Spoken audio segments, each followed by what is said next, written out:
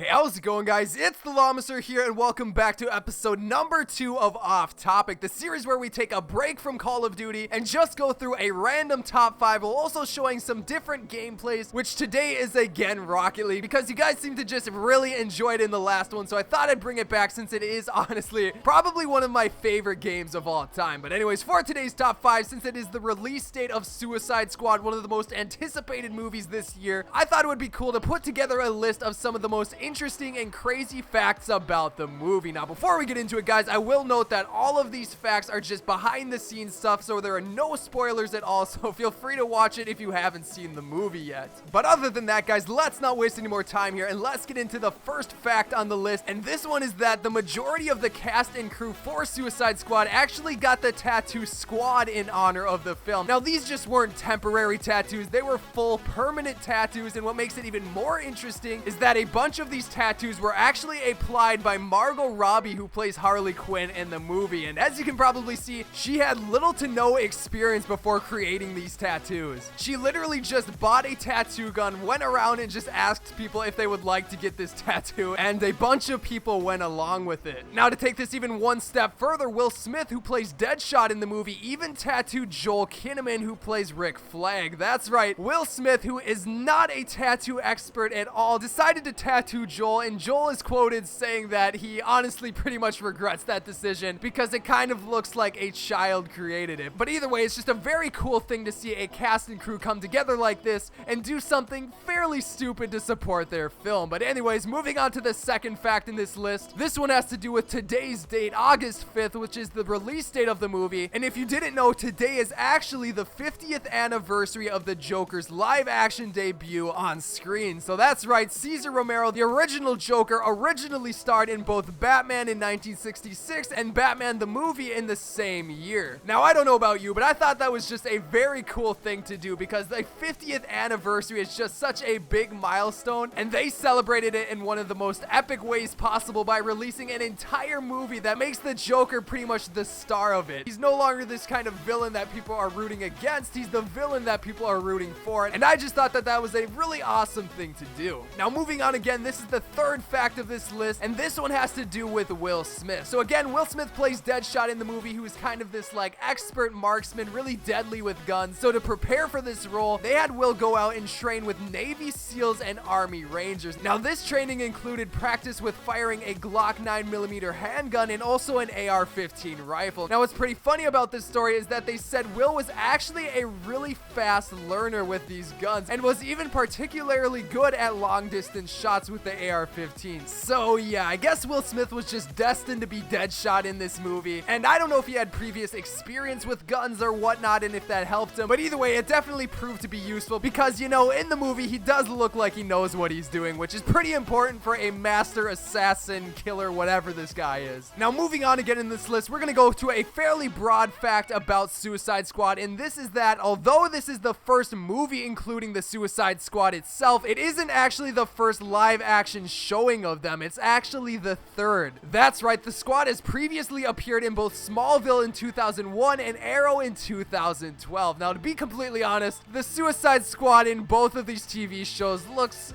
It does not look nearly as good as it does in the movie. So yeah, I don't know if I'd go back watching these particular episodes excited to see the Suicide Squad because they might just end up disappointing you a little bit. But anyways, moving on to the final fact of this list. This one has to do with Jared Leto, who's the man behind the Joker, and this is how he took a really odd approach to playing his character. So first of all, he took inspiration from the Batman comic Arkham Asylum, A Serious House on Serious Earth, which portrayed the Joker as a transcendent, unsettling, and seductive person. Now, that by itself isn't that weird, but as we move on, he also cites things like Mexican cartels as an influence on his character, which is honestly pretty weird. But to make things even weirder, he never once broke character on set, like at all. Will Smith even said that he never truly met the real Leto, who was always doing weird things on set, such as giving his fellow actors gifts of live rats and bullets.